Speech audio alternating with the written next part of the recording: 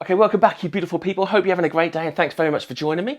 Now today we're going to be looking at the differences between the Fender USA Telecaster Ultra, which costs £2,100, versus the £299 Squier Telecaster Classic Vibe 50s, which is a cracking guitar for the money. £299 at £2,100. Is this really worth 7 times the cost of this one? Let's find out.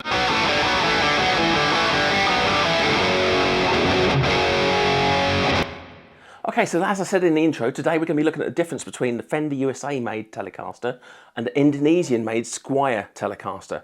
Both great guitars, both get great reviews for their respective price points. However, can this really be 7 times the value of this one? Today we're going to find out. Now first of all, what we're going to do is we're going to look at the specification differences between the two and weigh them as well, so we can see what the weight differences are, because that's often a big thing for a lot of people. So then after that, what we're going to do is we're going to do some audio testing. We're going to do this blind, so I'm going to see if you can tell the difference audibly between these two, if you can pick the right one as to which one you're hearing at the time. So I'm going to be using exactly the same settings with each guitar, and you're going to then have to decide which one you think is which. And it'll be interesting to see if you get it right or not. So leave comments down below if and when you get the wrong answer or the right answer, depending on which way you go.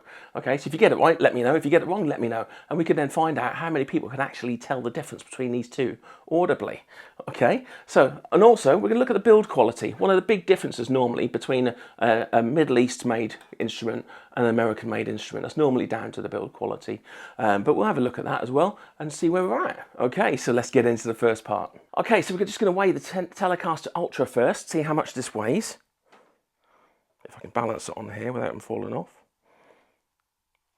Okay, so that's 3.49 kilograms. So I'll convert that and put that on screen now, what that is in pounds. So 3.49 kilograms. So let's find out what the Squier is, see that in comparison, see which one is heavier. It's actually going to be interesting, this one.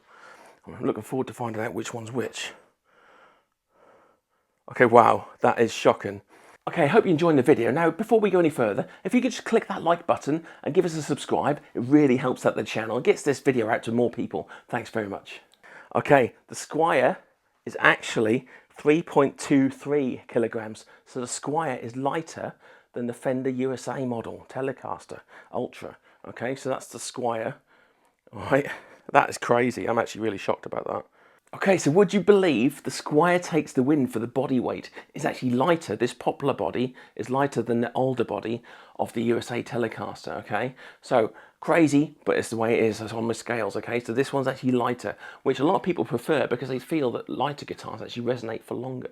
Obviously, we have other parts in play, such as the quality of the hardware and so on, that makes a difference as well. So it's just in conjunction with other things. But just wood alone and weight alone, this one seems to be lighter, okay? Which is crazy. It's really surprised me, actually. I thought it was going to be a slab compared to this one. But anyway, let's get into some of the other specs. Okay, so one of the major differences between these two guitars is that we've got the rosewood neck on the American, and we've got the maple neck on the Squier. Now that's a personal preference. People pick whichever one they want because most guitars come in both options nowadays. However, this is the neck shape is a C-shaped neck, 9.5-inch radius. This one is a modern D, 10 to 14-inch radius. So the feel is quite different. This one sort of tapers as you go further down the fretboard. It gets thinner and thinner. So it's a bit easier for fast playing and when you're doing high solos. And down the bottom there is a bit more comfortable for the chords. And this one's just a standard C shape, 9.5-inch. So quite a traditional sort of neck on this one. Okay, so we've got the older body, the poplar body, the rosewood neck with a modern D, and the maple neck with a C-shaped neck. Let's have a look at some of the other parts. Okay, so remember we're talking about a £2,100 guitar versus a £299 guitar. They both have a bone nut and chrome-plated brass saddles. This was an FSR edition, so they had chrome-plated brass saddles as part of that FSR run that Andertons did on this particular guitar model. Okay, so for £299 with a bone nut and brass saddles, just like the £2,100 guitar, it's crazy how some of the specs are so similar on these instruments, you know. The quality of the components aren't a long way off. One of the big differences are the pickups, okay? So in the Squier, we do actually have Fender designed pickups, but they're made by Squier, but designed by Fender, all right? And they're not noiseless.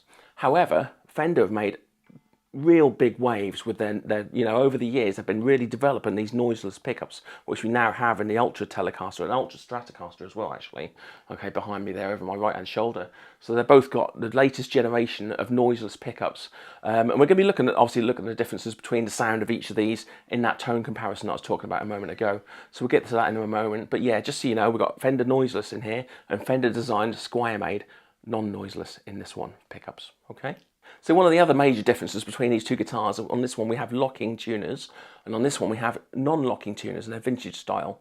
Okay, so you can swap these out and put locking tuners in here, which I'm probably going to do myself, okay, for about £60. So it's not a costly upgrade. And then for £360, you'd have a lot of the specs of this one. So you'd have the chrome-plated brass saddles on both, you'd then have the bone nut on both, and you'd have locking tuners on both. So you're really starting to get a bit similar with the specs of these things once you put some locking tuners in this. And then it's just at that point, it's just really about the pickups and build quality. So let's have a look at that. Okay, so just got to quickly jump in here. I just realised there's one more thing I need to let you know. This Squier only has 21 frets, whereas the Ultra has 22 frets. So that's a big difference to some people, and for others like myself, it don't really matter. So if it matters to you, then you may want to be looking for a 22 fret guitar, then this is something to consider. But there are other models with 22 frets as well, but the classic vibe doesn't have 22, it just has 21. So bear that in mind if you're thinking about one. Okay, so first thing we notice about build quality is when you rub your fingers down the sides of a neck normally, you can feel sharp edges on a cheaper made guitar and rounded fretboard, nice rolled edges on a fretboard on an expensive guitar. Now, this thing is immaculate. I'm not going to lie to you, this thing is flawless. The American made comes straight out of the factory, perfect. All right, there's nothing wrong with it. No high frets, no buzzing. The truss rod adjustment was perfect. The action is just bang on. Like I say, the rolled edges, flawless. What surprised me the most, saying all of that, is how good this is. Okay, it's not perfect. It's not perfect like that. But we're talking probably 9/10 of the quality of this fretboard for finish. Okay, I'm really shocked by how well this has been done. Okay, the frets aren't sharp. There's no sharp frets whatsoever. They feel nice to sort of just drag your hand along. They definitely put some time into it. That's one of the big things that you normally don't get on an Asian-made guitar. Okay, is the fretboard quality like this. But my God, they put some effort into this. So this, for £299, I cannot believe how good the fretboard and the you know, the whole neck has been finished on this guitar. It is shocking. All right, so if you're thinking about getting one of these and you like a nice fretboard, definitely have a look at this. Okay, so when we talk about the other parts of the build quality of this, so we talk about stuff like, you know, nut height and the way the nut's been cut.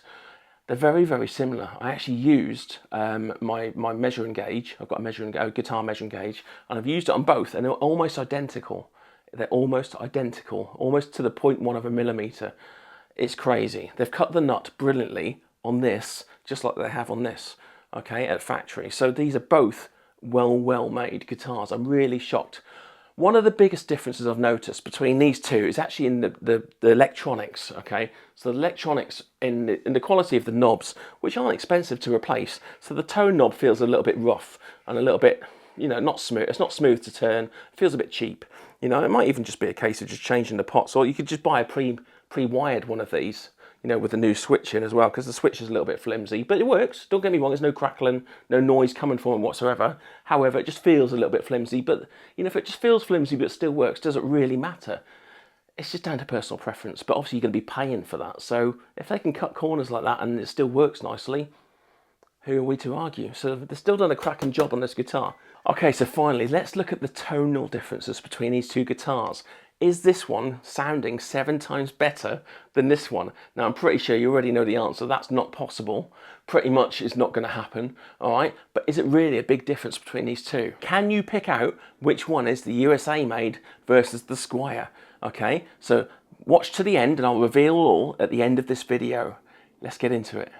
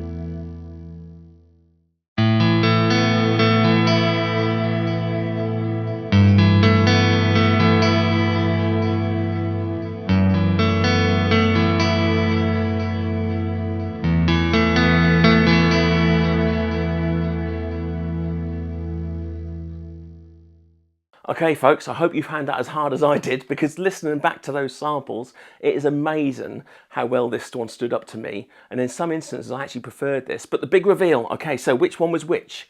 Okay, A was the Squier. The Squier was A and the Tele Ultra USA was B. So if you picked B as being the better sound, I'm not sure I agree with you. This really surprised me, because I think in some instances this was better, and certain positions and sounds this was better, depending on what I was playing, whether it's distorted or neck pickup or bridge pickup and so on. Certain sounds I actually preferred the Squier, which really surprised me, because I expected this to walk it, and it hasn't. It hasn't. Actually, it was almost split down the middle as to which ones I preferred on which positions and so on and styles. So hopefully it shocked you as well, because I think this is a crazy amount of guitar for £299. You get the bone nut, the brass saddles, you know, you get a cracking, what a wonderfully made neck that is for £299, and sound that competes with the £2,100 guitar, in my opinion.